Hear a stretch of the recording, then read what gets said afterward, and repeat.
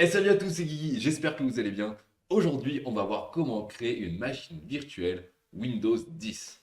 Je vais vous expliquer tout ça pas à pas pour que vous compreniez au maximum.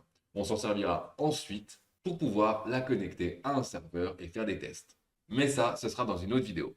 Alors, on est tout de suite parti avec la première étape. Pour pouvoir faire une machine virtuelle, il va nous falloir un hyperviseur. En gros, c'est un petit logiciel qui va vous permettre de pouvoir partager les ressources physiques de votre ordinateur. Imaginez, vous avez un processeur, de la RAM, un disque dur. Et bien grâce à ce petit logiciel, vous allez pouvoir couper votre petit processeur en deux, couper votre RAM, couper votre disque dur, tout simplement. Donc vous aurez votre Windows normal qui fonctionne, et en parallèle de ça, vous aurez un deuxième Windows qui fonctionne en même temps. Allez, on va aller télécharger VirtualBox et son extension pack. C'est parti. Sur un navigateur, on va aller dans VirtualBox, ok, télécharger. On va bien sûr aller sur le site officiel de Oracle, Oracle VirtualBox. Ensuite, vous allez télécharger celui pour Windows, si vous êtes sur Windows, d'accord, vous cliquez dessus. Et vous téléchargez également celui-ci, VirtualBox Extension Pack. Ça va nous servir un petit peu plus tard pour pouvoir mettre en grand écran, pour pouvoir également faire des glisser-déposer entre votre machine haute, donc votre machine sur laquelle vous travaillez actuellement, et votre machine virtuelle qu'on va créer plus tard. Mais également faire un copier dans une machine et pouvoir coller dans l'autre, en activant le presse-papier. On verra ça. Donc vous téléchargez et vous installez. Voilà, pour l'instant, il n'y a pas de difficulté majeure. Vous avez bien un point exe avec celui-ci. Vous commencez par VirtualBox, ok. Vous ne modifiez pas les paramètres, vous mettez suivant, suivant, suivant. Il n'y aura pas de souci, ça fonctionnera très bien. Et si ça ne fonctionne pas et qu'il vous dit que vous avez un problème avec C++, vous comprenez peut-être rien au message d'erreur, mais vous voyez C++, qu'est-ce que vous allez télécharger? Eh bien, tout simplement, vous allez taper C++ Visual Windows, d'accord? Et vous allez télécharger la dernière version de Visual C++. Vous cliquez dessus, sur Windows, ok, vous arrivez sur cette fenêtre, et là, vous allez télécharger celui pour votre ordinateur. Votre ordinateur, il sera en x64. C'est le jeu d'instruction de votre ordinateur si vous êtes sous Windows. Donc, vous téléchargez ça, vous l'installez. Généralement, vous devez redémarrer l'ordinateur, vous relancez, et cette fois-ci, ça fonctionnera parfaitement. Une fois que vous avez installé VirtualBox, vous pouvez installer l'extension pack. Ensuite, on va arriver au point numéro 2. On va télécharger le fichier ISO de Windows 10. Un fichier ISO, c'est en fait une image disque. Rappelez-vous, à l'ancienne, on mettait un disque dans un ordinateur pour pouvoir installer un système d'exploitation. Et bien maintenant, c'est la même chose, sauf que c'est un disque virtuel, c'est une image disque. Mais ça marche toujours de la même manière. Donc on va télécharger l'ISO, donc ISO image disque, de Windows 10. On va mettre télécharger ISO Windows 10. Ok, on va aller sur le site de Microsoft. D'accord? Donc créer un fichier ISO 10 pour Windows 10. Pourquoi Windows 10? Tout simplement parce que ça va être plus rapide et plus facile. Parce qu'avec Windows 11, le problème, c'est qu'il faut un compte en ligne, il faut tout paramétrer. Ça fonctionnerait bien sûr également très bien, hein. D'ailleurs, si vous voulez tester Windows 11, vous pouvez le faire. Mais pour ma vidéo, c'est un peu long. Alors, on va aller dans la page de téléchargement de Windows 10. D'accord? Et ici, on ne va pas mettre à jour, hein, mais on va télécharger l'outil pour créer un ISO. Ok? On va aller sur mon bureau. Il est ici. On va dessus, on le lance. Vous pouvez sinon aller télécharger un ISO déjà fait que vous trouvez sur le net. Sauf que vous ne serez pas sûr que c'est totalement sécure. Ok, on accepte. Moi, ce que je veux faire, c'est créer un support d'installation pour un autre PC. Donc un fichier ISO ici. Donc je clique sur suivant, tout simplement. Je laisse ceci. Voilà, ça détecte les paramètres de mon PC. Je mets suivant. Et donc, je veux un fichier ISO comme je vous disais. D'accord? Donc ISO, suivant. Je vais le mettre ici, moi, sur mon bureau, windows.iso, j'enregistre. Ça va prendre un petit peu de temps parce qu'en fait, ça va le télécharger, tout simplement. Donc, assurez-vous d'avoir une bonne connexion. Une fois que c'est tout bon, on va cliquer tout simplement sur Terminer. Et je vois bien mon fichier ISO qui est juste ici. Donc, c'est parfait. On va maintenant passer à la troisième étape. Ça va se passer sur VirtualBox et on va tout simplement créer une nouvelle machine virtuelle. Allez, on est parti. On arrive ici. Vous, sur la gauche, vous ne devez rien avoir. Ou vous voyez peut-être une petite montgolfière ici. Mais dans tous les cas, vous allez pouvoir faire nouvelle. Soit nouvelle ici, ok? Soit en cliquant sur machine et nouvelle. D'accord. Il va falloir lui donner un nom. Déjà, vous allez l'appeler par son vrai nom, soit Win10, soit Windows 10. Parce qu'avec ça, automatiquement, il va en fait déterminer des paramètres. Et il va vous prédéfinir des choses que vous n'aurez donc pas à changer. Donc, on va l'appeler ici Windows 10, YouTube par exemple. Ensuite, il va aller me demander où est-ce que je veux l'installer sur mon ordinateur. Je peux laisser ici, moi, toutes mes VM sont au même endroit. Et il va me demander l'ISO image, donc ce que vous avez créé juste avant. C'est parfait, on va aller le chercher. Je vais aller dans Autres, je vais aller sur mon bureau, et ici, Windows.iso, tout simplement. Là, vous avez deux choix. Soit vous mettez suivant, et vous pouvez faire avec la nouvelle version, mais il va falloir rentrer des comptes, il va falloir faire plusieurs choses. Soit vous mettez Skip Unattended Installation, et lors de l'installation de Windows, ce qu'on fera, c'est qu'on bypassera tout ça. Ok, donc suivant. Moi, c'est ce que je fais. Je vous recommande. Ici, vous allez pouvoir modifier la RAM en fait que vous allez allouer à votre machine virtuelle. Rappelez-vous, ça va dépendre de la RAM que vous avez physiquement sur votre ordinateur. La RAM, c'est la mémoire vive. Petit rappel, quand on lance un programme, il se charge dans la RAM et les instructions sont ensuite exécutées par le processeur. D'accord? Donc, plus vous avez de programmes d'ouvert, plus vous avez besoin de RAM. Et là, votre ordinateur autre, votre ordinateur physique, a besoin de fonctionner. Donc, il a besoin déjà d'au moins 4 Go de RAM parce que Windows 11 a besoin de 4 Go de RAM. Donc, je suis sur Windows 11. Plus en plus, il a besoin de RAM pour charger VirtualBox. Donc, il va lui falloir au moins, disons, 6 Go de RAM. Donc, je ne vais pas pouvoir allouer toute ma mémoire à ma machine virtuelle puisque ma machine haute a besoin de mémoire. Ce que je peux faire déjà, c'est au moins mettre 4096 parce que ici, regardez, j'ai 32 Go de RAM. Moins 6, ça fait toujours 26. Donc je pourrais mettre jusqu'à 26 Go. Mais bon, c'est pas nécessaire non plus. Je vais même mettre en fait 8192. Pourquoi 8192? Rappelez-vous, c'est des octets, parce que c'est en binaire, donc il faut une puissance de 2. Soit 256, soit 512, soit 1024, soit 2048, soit 4096, soit 8192, etc., etc. Sinon, ça n'a pas de sens. Vous allez en perdre de la mémoire. Ensuite, le nombre de processeurs que vous allez lui allouer. Ici, on voit que j'en ai 24. En fait, c'est les corps de votre processeur, donc les processeurs physiques. Comment on peut voir ça? Eh ben, vous allez dans Infosystème, d'accord? Vous tapez Infosystème dans la barre de recherche, et là, vous allez trouver en fait tout simplement processeur, et il va vous dire combien vous en avez. Là, je vois 12 cœurs et 16 processeurs logiques, d'accord? D'ailleurs, il me dit ici que j'en ai 24, donc c'est pas vrai. J'en ai 16, donc attention à combien j'en mets. Ce que je vais faire, c'est que je vais en mettre 4, ça ira très très bien. Ok? On laisse décocher et on met suivant. Donc c'est pareil, hein, les détails d'avant vont dépendre de sur quel ordinateur vous êtes, hein. Faites bien attention à ce que vous avez. De toute façon, je reviens dessus, regardez, vous avez du rouge, n'allez pas dans le rouge, tout simplement, restez dans le vert. Maintenant qu'on a paramétré simplement ma machine, eh bien on va lui créer tout simplement un disque dur virtuel. Retenez bien quelque chose, votre disque dur virtuel, il est virtuel, mais par contre, il est vraiment sur le disque dur physique. C'est pas possible autrement. Donc, quand vous allez mettre des choses sur votre machine virtuelle, ça va aller vraiment sur votre disque dur physique. Ça va prendre de la place sur votre disque dur physique. Sauf qu'il y a quelque chose de bien, c'est que vous pouvez mettre en fait une taille qui est dynamiquement allouée. C'est-à-dire que là, je pourrais aller par exemple jusqu'à 60 Go, ok? Mais ça ne va pas prendre 60 Go sur mon disque dur. Sauf si je coche juste ça. Mais je ne vous conseille pas. Ça va prendre tout simplement la taille que les données représentent sur mon disque dur virtuel. S'il y a 11 Go de données, ça ne prendra que 11 Go et pas 60. Par contre, en mettant 60, vous allez lui mettre une barrière. Vous allez lui mettre au maximum 60 Go.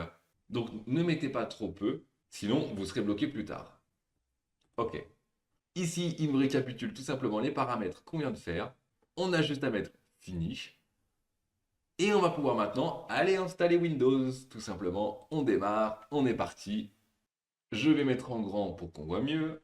Voilà, c'est parfait, j'arrive sur l'installation de Windows 10. Ce que je vais faire, c'est que je vais vous montrer tout de suite ça. Regardez juste là, vous avez CTRL droite. Ça, c'est la touche haute, la touche host en anglais.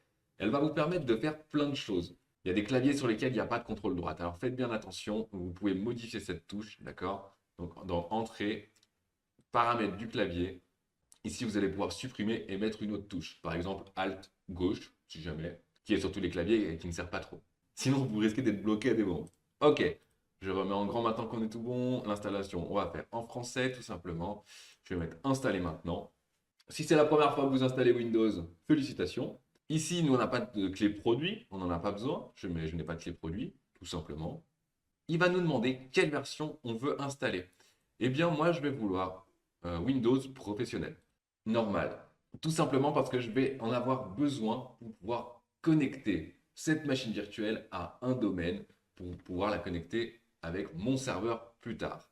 Ok, donc j'accepte tout, on est d'accord. Je vais faire une installation personnalisée, ok? Et là, on voit bien le disque dur virtuel que j'ai créé de 60 Go. J'en ai qu'un seul, de toute façon, ici. Donc, je vais tout simplement le sélectionner et je vais cliquer sur Suivant. De toute façon, je n'ai pas le choix. On est parti pour le processus d'installation. Ça fonctionne tout seul. Vous avez juste à attendre. Il va redémarrer ensuite pendant l'installation. C'est normal. Une fois que ça a tout installé, regardez, il va redémarrer. Il faut le laisser faire. Là, vous ne touchez à rien. Et il va redémarrer sur Windows. On continue, on arrive ici. On veut en français. On est tout bon. On est bien en France. Enfin, moi, je suis en France en tout cas. Donc, disposition en français également. On n'a pas besoin d'ajouter une deuxième disposition. On arrive ici, on va faire pour une utilisation personnelle pour le moment. Ok, on continue. Bon, bah vous, ça prend un petit peu plus de temps, évidemment. On va faire un compte hors connexion. Profiter d'une expérience limitée. Et là, on va le faire en local. On va l'appeler Plop, par exemple. Ok, suivant. Je ne vais pas mettre de mot de passe, donc j'appuie sur Entrée. Je vais mettre non à tout. On est tout bon, on est tout bon. Obligatoire, non, non. Non, vous pouvez lire évidemment chaque chose, hein. Moi, ça n'a pas d'importance, c'est juste pour pouvoir vraiment installer Windows tranquillement. Cette VM, elle me servira uniquement à faire des tests après avec mon Windows Server. Donc, pas maintenant. Magnifique, on arrive au bout d'un moment sur Windows. Tout est bien, sauf que c'est en tout petit. Et regardez, si je mets en petit et que je réagrandis, ça ne s'agrandit pas. Ce que vous allez devoir faire, c'est insérer ici le CD des additions invitées. Vous allez dans Périphérique en haut à gauche et insérer l'image CD des additions invitées. D'accord? Vous cliquez dessus. En fait, ça revient à faire quoi? Ça revient à insérer, tout simplement, un DVD virtuel dans votre ordinateur virtuel. Ok, je m'explique. Ici, regardez, on voit le lecteur CD des additions invitées. Ça fonctionne uniquement si vous avez l'extension pack. Ensuite, du coup, je double-clique dessus, ça va me l'ouvrir. Je vais chercher mon fichier en .exe. Donc, mon fichier application. Ici, on ne voit pas le .exe, mais c'est pas grave, c'est le premier. Donc, je double-clique dessus. Je mets OK. Ça me lance l'utilitaire d'installation. Je mets suivant, suivant, installer. Donc, ça va l'installer à l'intérieur de ma machine virtuelle, hein. Là, je suis bien dans ma machine virtuelle. Il va falloir redémarrer. Par contre, moi, je ne vais pas redémarrer parce que je vais l'arrêter tout simplement. Donc, je vais mettre plus tard. OK? Et ici, ce que je vais faire, eh bien, c'est arrêter ma machine. D'ailleurs, comment on l'arrête? Ben, comme un Windows normal, d'accord? Soit comme ça. Ou alors, vous avez ici, donc fermé. Il ne faut pas enregistrer l'état, hein. Vous voulez l'éteindre, donc vous l'éteignez tout simplement. Ou alors encore, machine et fermé. Bon, voilà, il y a plusieurs manières. Moi, je vais faire comme si c'était un ordinateur, comme ça vous comprenez bien. Arrêter. Et voilà. Elle est fermée, il n'y a pas de souci. Je retourne sur VirtualBox. Ce qu'on va vouloir faire maintenant, c'est être sûr qu'à chaque fois, ma machine virtuelle va démarrer sur Windows. Et pour ce faire, il faut comprendre. Windows, il a été installé sur mon disque dur virtuel. Je vous rappelle, un système d'exploitation, c'est installé sur un disque dur. Donc, pour que ça fonctionne à chaque fois, il faut que mon ordinateur il démarre sur un disque dur et non pas sur le DVD comme ce qu'on a fait la première fois. Rappelez-vous, il a démarré sur mon image disque, donc il a démarré sur un disque. Donc s'il fait ça à chaque fois, qu'est-ce qui va se passer? Eh bien à chaque fois, il va redémarrer sur mon disque d'installation. Donc il va réinstaller continuellement Windows. Moi, c'est pas ce que je veux être sûr qu'à chaque fois qu'il démarre, il démarre sur mon disque dur. Alors on va changer ça sur VirtualBox. On est ici, j'ai bien sélectionné ma bonne machine, je vais aller dans Configuration. OK? Et ici, d'ailleurs, vous retrouvez toutes les configurations que vous avez fait au début, vous retrouvez la RAM, les processeurs, OK, l'accélération, le stockage, tout ça, tout ça, tout ça. Et nous, ce qu'on va vouloir déjà, c'est changer l'ordre d'amorçage juste ici dans Système. On voit que ça démarre d'abord sur une disquette. Bon, il n'y en a pas de disquette, alors je l'enlève, hop, fini. Ensuite sur l'optique, donc c'est pas ce qu'on veut. Nous, on va vouloir le descendre et on veut que ça commence directement sur le disque dur. Comme ça, on est tout bon. Si tout est grisé, ça veut dire que votre machine virtuelle, elle est démarrée. Donc, ce qu'il va falloir faire tout simplement, c'est l'éteindre et retourner dans les configurations. Et là, vous pourrez changer. OK? Allez, on prend, on la redémarre. Je ne sais pas si vous avez remarqué, mais il n'y avait plus la petite phrase d'appuyer sur une touche pour lancer un CD. Tout est bon. Regardez maintenant, comme on a installé les additions invitées, on va mettre en petit. OK? On va remettre en grand. Et cette fois-ci, regardez, ça a bien mis à la définition de mon écran. Donc, c'est parfait. Ce qu'on va pouvoir faire également, c'est aller dans Périphérique, OK? mettre un presse-papier partagé. Ça veut dire que si vous faites un copier d'un côté, vous allez pouvoir coller de l'autre. Un côté, ça veut dire sur cette machine virtuelle, d'accord? Et on va également mettre un glisser-déposer bidirectionnel, d'accord? Regardez, mon Windows, il est juste ici. Je vais l'agrandir un petit peu pour qu'on voit. Si par exemple, je voulais glisser ça juste là, comme je l'ai activé, je glisse d'une machine à une autre. Super facile. Ok, je supprime ça. Je le remets en grand pour que vous voyez bien. Là, vous pouvez déjà vous servir parfaitement de votre machine virtuelle. Moi, je vais faire une dernière chose qui va me servir pour les prochaines vidéos quand je connecterai cette machine à un serveur. D'accord? Il va falloir qu'elle soit sur le même réseau. Parce que regardez, pour l'instant, quand j'ai fait un test d'IP, IP config, ok, dans mon CMD, j'ai l'adresse IP 10.02.15, ok? Et sur ma machine normale, j'ai mis en vert pour que vous voyez bien la différence, je fais mon IP config, et là, mon adresse, c'est 192.168.1.126. Les deux machines ne peuvent donc pas communiquer, elles ne sont pas sur le même réseau. Si tu comprends rien, tu peux aller voir mes vidéos sur Packet Tracer et tout deviendra clair. Ok, donc là, moi, ce que je veux, c'est mettre ma machine virtuelle sur le même réseau. Donc, ce que je vais faire, c'est tout simplement la dernière partie, c'est-à-dire changer les paramètres de la carte réseau, de ma carte réseau virtuelle, attention. Et ça peut se faire soit quand la machine est éteinte, soit quand elle est allumée, ok? Je parle bien sûr de ma machine virtuelle. Je vais fermer ici. Et regardez, juste ici, là, vous avez l'interface réseau. Je vais pouvoir faire un clic droit, réglage, et le mode d'accès réseau, on va le mettre en accès par pont, ok? Ou en bridge en anglais. Ok, d'accord. Et cette fois-ci, on va refaire un IP config pour voir.